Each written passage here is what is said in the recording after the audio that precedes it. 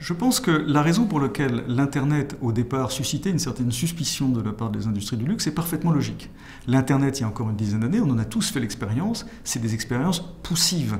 C'est fait sur des ordinateurs qui sont laids, c'est très lent, les pages mettent très longtemps à charger, les graphismes sont de mauvaise qualité. Il y a par conséquent une déconnexion entre la volonté d'excellence telle que le luxe peut la pousser et l'outil, le médium qui était proposé, qui somme toute était assez médiocre. Les choses ont considérablement changé désormais. On est désormais équipé d'objets qui sont des très beaux objets. On a désormais des débits sur Internet qui sont très élevés et par conséquent l'Internet s'est mis à niveau techniquement des messages que le luxe voulait faire passer.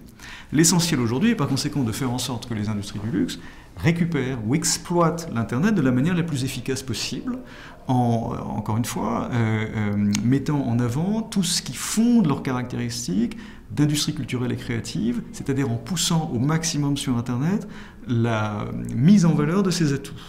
Ça va passer par une capacité à travailler des pages produits extrêmement léchées, par des photographies qui sont de très bonne qualité, par une pédagogie et une navigation extrêmement simple et intuitive à l'intérieur de nos sites, par des pages qui chargent rapidement. On oublie trop souvent ce point-là, mais 57% des visiteurs de sites aux États-Unis quittent les sites si les pages mettent plus de 3 secondes à charger, par une adaptation culturelle, c'est-à-dire qu'aujourd'hui on ne parle pas tout à fait de la même manière à un visiteur de site en Chine, la taille des typologies n'est pas tout à fait la même non plus, et donc par une capacité à s'adresser à tous les publics dans le monde entier de la manière la plus qualitative possible.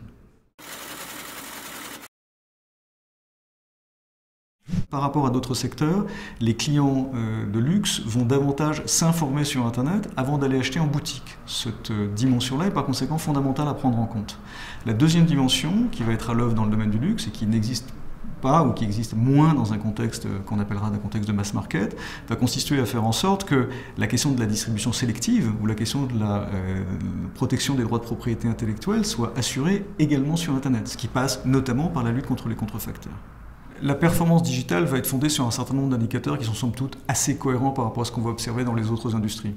Le premier va porter sur le fait de savoir si, quelle a été l'évolution du nombre de visites sur les sites et quel a été le temps que les gens ont passé sur les sites. Pourquoi ? Parce que l'industrie du luxe est aujourd'hui fondamentalement une industrie culturelle et créative. Et par conséquent, le site Internet va refléter fondamentalement les valeurs d'une marque, son ADN, va vouloir déclencher pour la personne qui va visiter ces sites une appropriation qui va aller bien au-delà de la compréhension des caractéristiques purement techniques du produit et de son prix.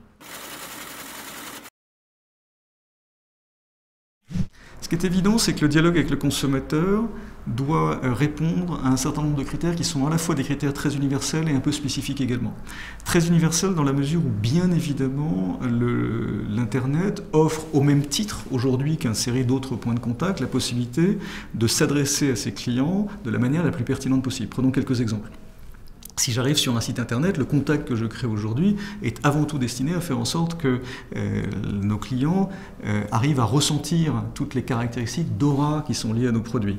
Assez souvent, on perd de vue le fait que le site Internet de la marque est par définition l'endroit dans lequel le contact va être le plus profond, le plus long avec les clients. En moyenne, 3, 5, 6 minutes de contact.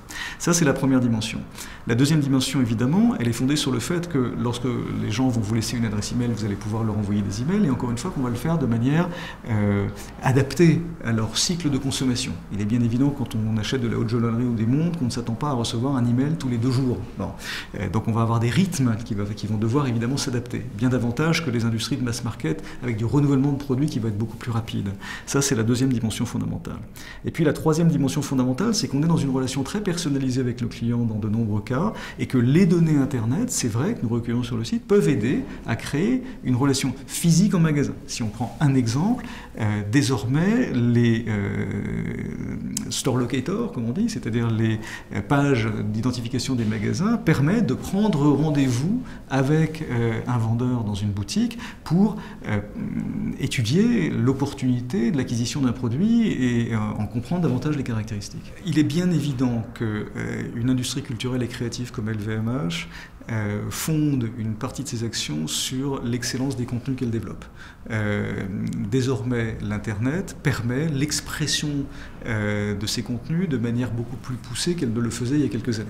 Donc, si on prend quelques exemples, on a désormais, avec des films qui sont presque des films de qualité, qui sont des films de qualité de cinéma tels que Chalimard de Guerlain qui est sorti récemment, ou les films de Dior, une possibilité d'exprimer l'essence de la marque de manière longue avec un engagement de l'utilisateur profond. Il est bien évident que l'adéquation entre la technologie et la volonté que nous avons de mettre en valeur notre qualité et notre créativité, rendre le contact entre les industries culturelles, entre les industries du luxe et l'Internet extrêmement compatible.